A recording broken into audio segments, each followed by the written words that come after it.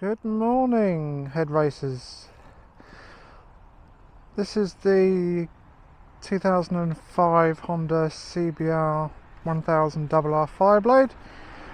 This is the very last model before ABS became optional, I believe, from the 6 and 7 models, and then became standard on sports bikes after that. This one has no traction control, no ABS, no rider modes. It is very basic compared to a modern sports bike, or in context a more modern sports bike. I covered a fair bit about this bike in the walk around video, and this one's going to be a jumper board, hop along for a ride. You're not going to see one of those videos where people are doing 190 mile an hour. You're not going to see that. This is more reflective of what I'd like to think a quote-unquote normal sports bike rider would ride as. It's a lovely morning. We're just out not far from the New Forest, and we'll change camera angles, and let me know any comments, any questions you've got about this one, and jump aboard, see what you think. Thank you very much.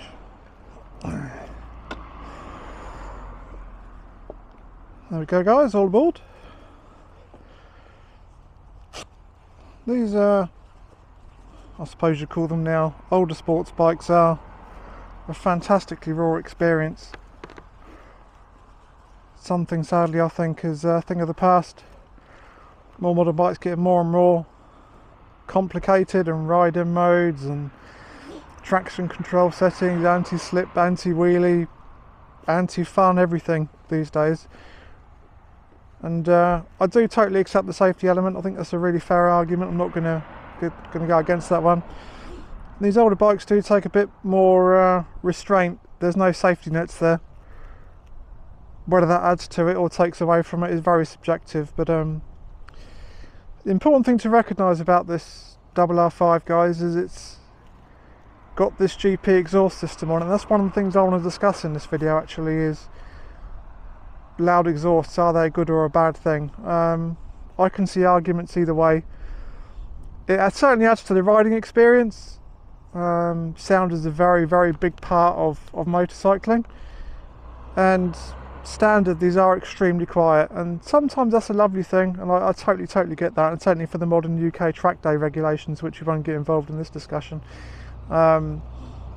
it's a real advantage. It makes it sound like you're going faster when you have a sports inverted commas exhaust system, and this is the GP replica system with the two silencers, one under the tail unit, as down the one next to the side.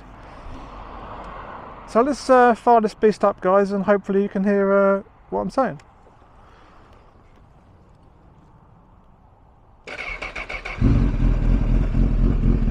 It's not too bad on takeover, as you can hear. It's fairly sensible.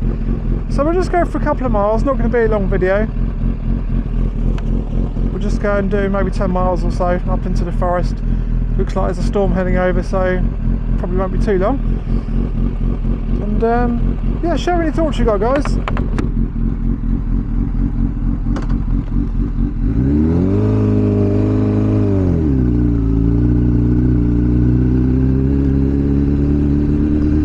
As you can hear, these engines are fantastic at low revs. We're just toddling on now about 2000 RPM,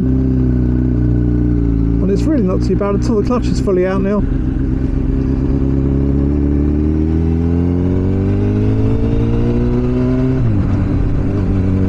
The engine's still fairly cold, so we're going to take it a little bit easy. Although I have ridden down here, I like to give engines a couple of seconds just to get the oil around them, and then we'll start to exercise it a bit more.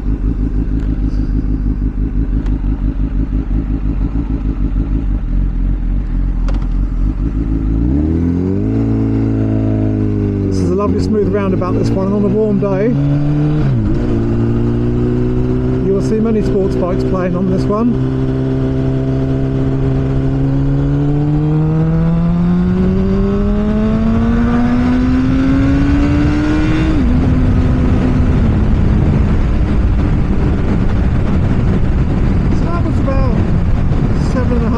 RPM,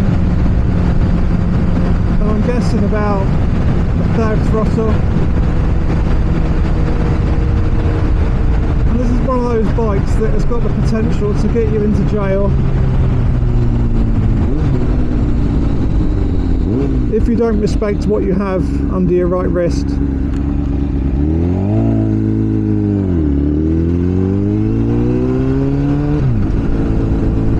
The tyres are still fairly cold as well because it's about 13-14 degrees this morning. These T31s are not my favourite tyre by a long way, so I'm not going to be doing any knee dragging on this video.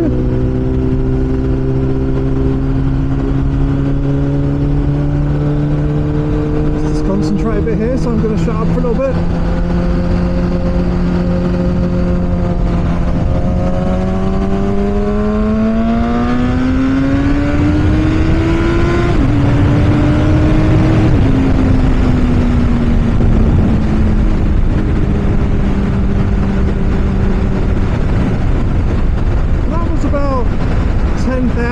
Seconds, and that's about as high as I'm going to take it in this ride.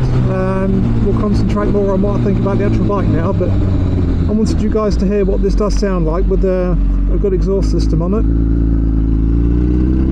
That was pulling away in second gear, and as you heard, what I wanted to demonstrate is how much torque this engine has on the road. We're doing the speed limit now, 40 miles an hour, third gear, just about 3,000 RPM, and it's as comfortable as a CBR1000 or a CBR1000 would be, something like that. And that, I think, is the real advantage of what this RR5 has over its contemporaries. GSX-R1000, very close, good argument, I'll give you that one. ZX-10R, which I had before, is an absolute animal. I love it. It's completely inappropriate for the road. It's got far too much power. There's nothing down the bottom, but when you get it past 8,000, it's like the universe is spinning backwards, and it's a very different beast to this. This is very clearly got more of a road consideration, which is ironic considering ZX-10 never really had a massive success in the racing world compared to this. Toastland obviously took this to the World Superbike title a few times.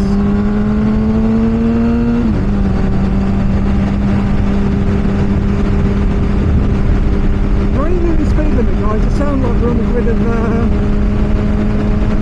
MotoGP grid, but we're actually just doing the speed limit.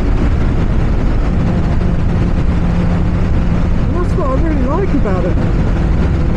It does sound like you're on a qualifying lap, and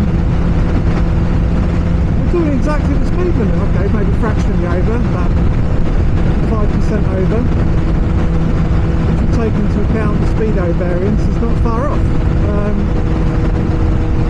It is more exciting to ride with that exhaust on it. It is all declared on the insurance as well, guys, before any questions on that one. It's completely declared on the insurance.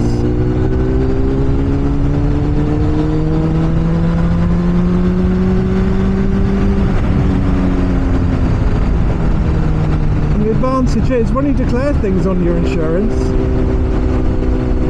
it's not as expensive as you think actually, and in this case it actually added zero. The insurance company just insisted that we had it detailed on there, which on the phone call me setting up the insurance for this, I was very open and honest. I said it's got a complete exhaust system on it, it's got an Arrow GP replica system, and they said thank you very much for letting us know, that's going to cost no extra. It's a glorious morning actually, and we're doing just about 40 miles an hour, which is the speed limit down here. And this engine is just fantastic on the road. It really is fantastic, and what I mean by that is you haven't got to be slipping the clutch until 8,000 RPM, you haven't got to be screaming it. It's happy in the mid-range or lower down. It's a very roadable engine. We'll come down to 30 miles an hour now, guys, in third gear. And hopefully you can hear it. It's no complaints at all. It's running beautifully. This one has the high VIX delete, so there's no flapper motor on the airbox, and there's no flapper in the exhaust, which I think is why it's so loud, to be honest. And while we're on this nice straight bit of road, we'll just talk about dynamically what this bike is like, if that's the best way I can put it. There's a horse there, we'll just slow down even more. And that was 24 miles an hour in third gear, guys, no issues at all. So if we start from the front, let's start with the front suspension. Now what's really impressed me about this front suspension is it's quote unquote what I would call soft. In fact, a better word for that is compliant. Again, going back to my ZX10, that just felt like you had almost a rigid front end. It wasn't a compliant front end, it was very responsive. But this actually it's no more firm than something like, I guess an early VFR. It's quite a roadable front end. And you can certainly feel it moving round. But the actual response over bumps is fantastic. The bike isn't overreacting to bumps, which means to me it's a very good setup. It's very comfortable on the road, and you can feel the fork moving up and down its travel. The fact it's not crashing over bumps means the compression to me is about right. The rebound again is fantastic. It's a nice controlled return to where it should be, and it's a good balance between a little bit more enthusiastic riding and comfort, to be honest with you. The brakes are the best I've ever used. I don't know what pads are in it. The calipers were rebuilt when it was serviced pre-sale. They are one finger good. That's all you need, one finger on these brakes, and they'll stop as long as the tyre has grip, which is more of a problem than the power of the brakes on any sort of relatively modern bike. And not only are they powerful, they're extremely progressive. So if you've got a passenger on the back, which I have done on this, you can be extremely controlled with your braking. Or if you use two fingers or more, you can have that front tyre squealing and your teeth metaphorically chewing the back of your visor. We're going up the fork to the cockpit area. It's actually a very basic dash now, really. You've got the total trip, got two trips on this one, trip A and trip B, and you've got the overall mileage, which is now 14,400. You've got a large analog tacho, which for me is the way tachos just should be. You've got a clock on there, remarkably useful, thank you Honda. Temperature gauge, we're running 86 degrees and currently doing about 36 miles an hour, just slowing down now. You've got your normal array of warning lights, fuel lights, indicators, neutral light, high beam, and a oil pressure temperature warning light, which goes out shortly after startup. And the bars are a really nice width. They are similar to my shoulder width. I do have fairly wide shoulders, being 6'1", and these bars are a very, very nice spread. They are fairly wristy, which is not entirely surprising, bear in mind the context of the bike, and it's certainly not in any way uncomfortable.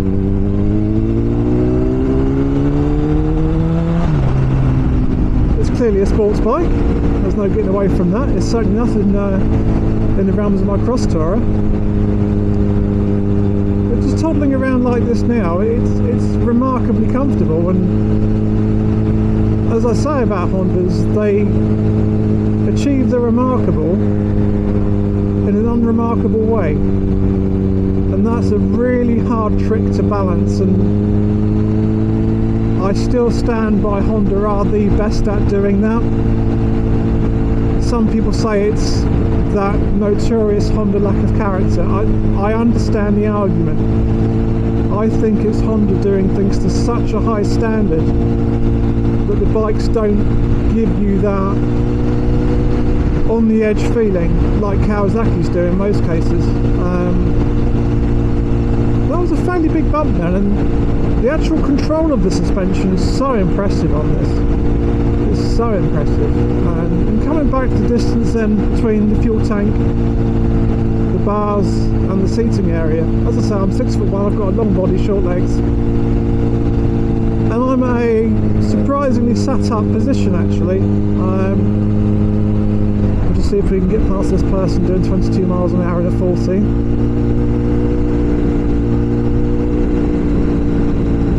Very busy out today. I don't know why. I'm not sure what's going on. It's a Tuesday morning.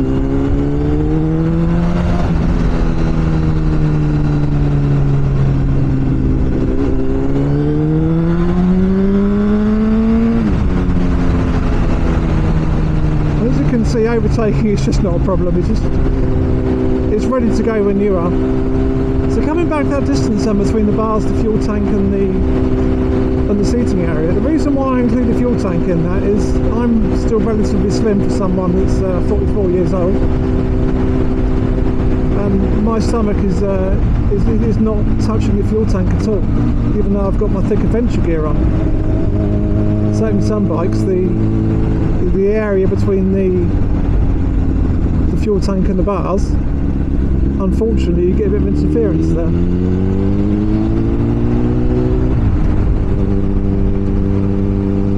And the seat itself is remarkably padded. I've had the seat off a couple of times. I just put a new battery in this, mainly for my own peace of mind really. And the seat is remarkably padded, and it's all day comfortable. And there's this misconception going around that increased padding means more comfort. To a degree that's true, but also over padding and over soft is equally as uncomfortable. After time anyway. Now underneath obviously the fuel tank you've got the airbox on this bike, the fuel tank on these under the seat essentially. It's mass centralised. The airbox isn't particularly vocal, or if it is you can't hear it over the exhaust, which I think is more of what the case actually is on this one. Let's just get past this little skater here.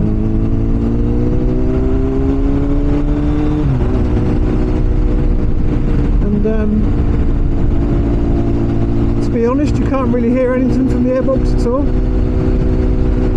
over the exhausts. On a standard bike you can sometimes get a little bit when the high bits valve opens. And moving back from the airbox, the actual distance between the pegs and the seat and the bars, so the rider triangle, again I keep saying I'm 6'1", but the actual rider triangle is very accommodating. Underachieve that thing of someone that's 5'4" fits it and someone that's 6'4" fits it in almost equal comfort. It's plenty roomy, my legs aren't numb in any way, they're not crunched up.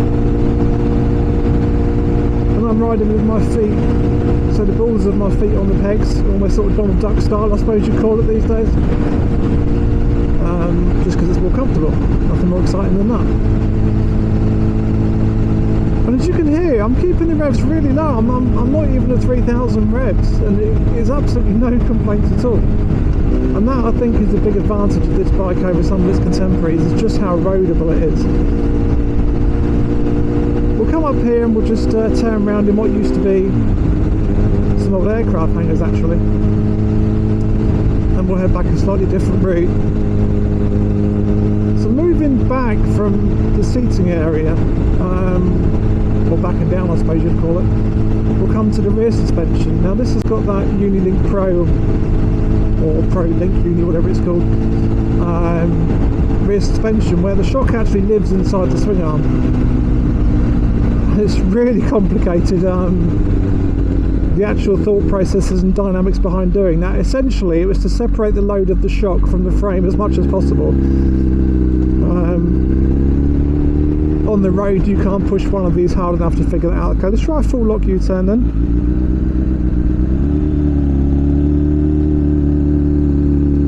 No problems at all. And as you can hear, the clutch was just about slipping a bit there. Just a tiny bit.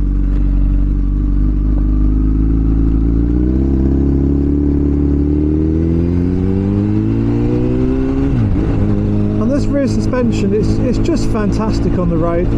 On the bigger bumps, just stand off the seat a little bit and let the bike do the work, and you'll have no issues at all. A couple of the more real world concerns, I suppose you'd use, is things like fuel range, and I've had this for almost a couple of weeks now, and it's very easy to get 140 miles before the fuel light comes on, which I think is absolutely remarkable. It's only an 18 litre tank, and the economy is quite frightening in a way for something that offers this much performance. It's almost economical. Obviously you're hardly scratching the very outer limits of its performance on the road, but the economy is just unbelievable. I do run super unleaded in this. If I can, I try and get the Shell Optimax stuff.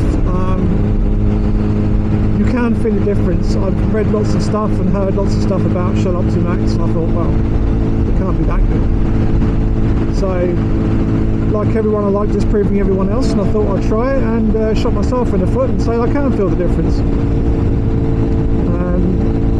So if I can, I run that. If not, just normal Tesco's or Sainsbury's stuff, whatever happens to be around. This having dual injectors per cylinder, it seems to get itself pretty under control. Now, perhaps one of you guys can enlighten me on this one. I know there's an HRC ECU available for this.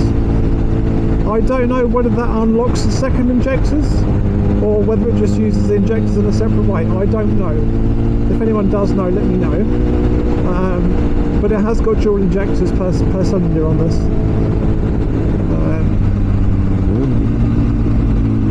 Why people travel excessively slow, I don't know. This person's doing 8 miles an hour.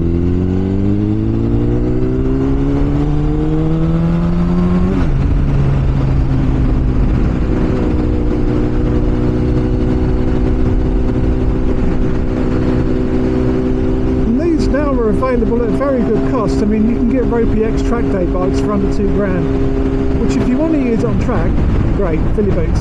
It's a Honda, it won't break. If you want to have something that's nice and shiny and spangly like this one, you're going to pay top money. I paid $4,750 for this. That is the very top of the top price bracket, but that is reflected in the machine. It's clearly been someone's pride and joy before. Actually, let's change the one and go left actually. I was going to go right then, but we'll go left. The fact someone spent almost £1,800 on an exhaust system tells you how much they love this bike.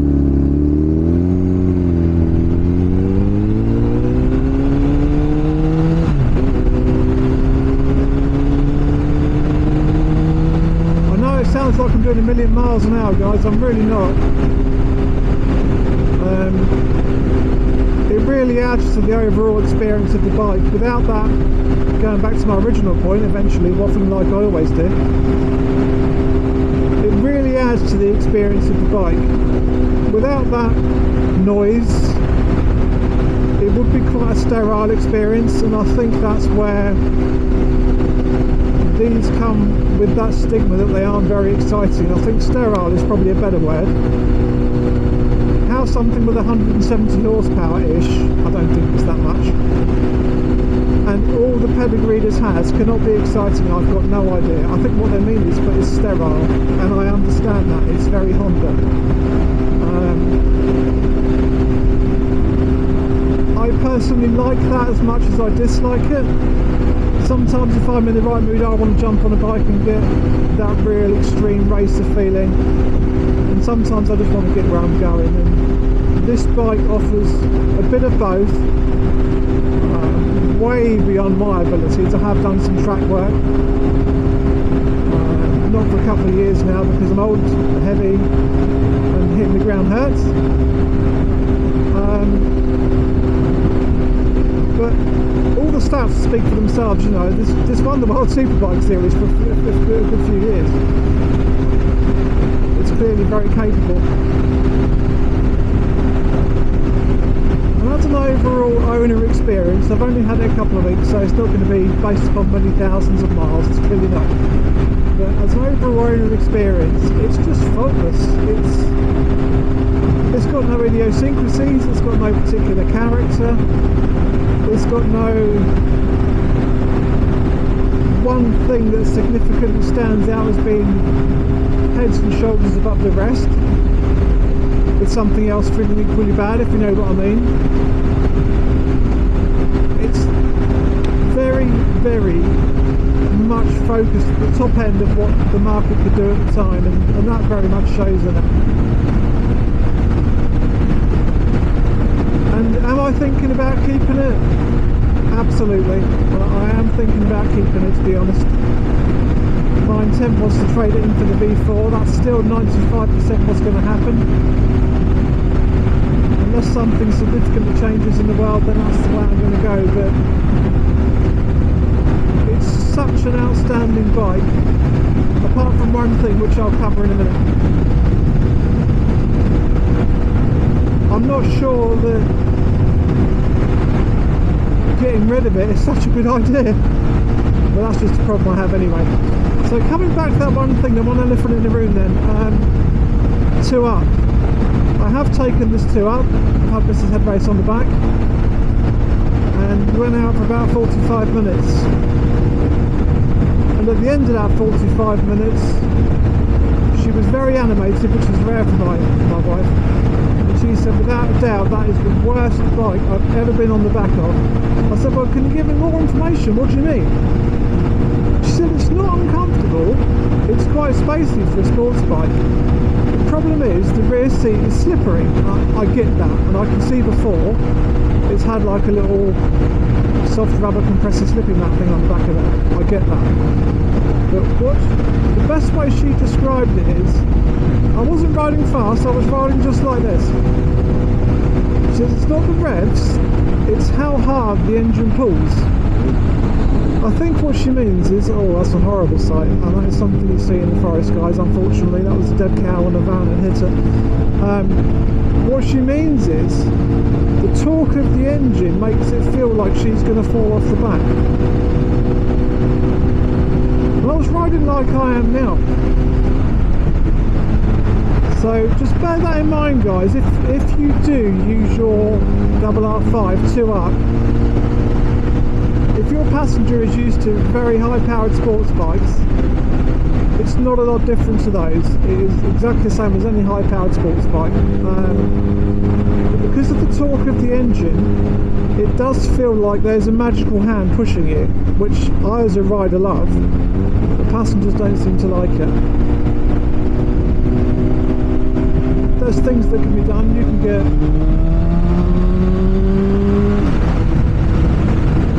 seat covers and all sorts of weird things, and I've actually got like a 6-point harness that I use for the kids. They haven't been on this yet, but the 6-point harness is fantastic. It goes around the upper shoulders, around the lower waist, and a shoulder strap for each rider and passenger. It all clips in together, and the passenger is going nowhere. I would not take my kids on this without using that strap. Mainly for my own peace of mind. I'm a very sensible rider with the kids on board, obviously, as any of us would be.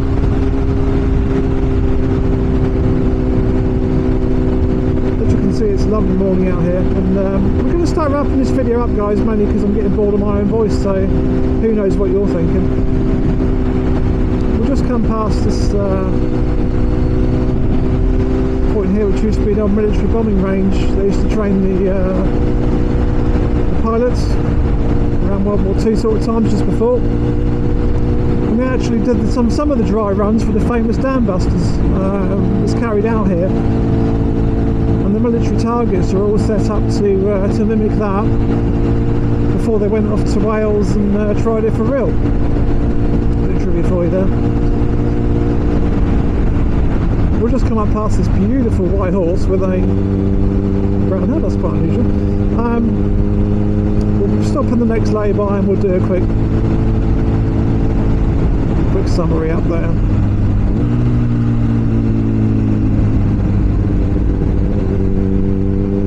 These horses are clearly very used to vehicles coming through here. Someone on the Bonneville there, a new one. Well, I hope you've enjoyed that video, guys, and I've tried to balance it between a bit of normal road riding for how most of us ride our sports bikes and talk about what it's like to own, really, and what it is like in the real world, quote unquote, rather than going on about, oh, it's got 170 horsepower and weighs 190 kilos, which it does, but that doesn't really mean much on an everyday basis. So let's just turn around here quickly.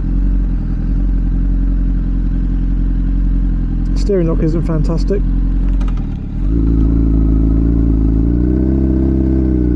Pull up here on the left and we'll finish the ride.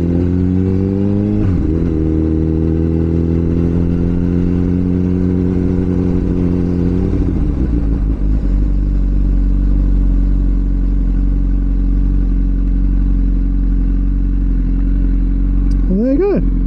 I hope you enjoyed that, everyone. Take care, and we'll speak soon.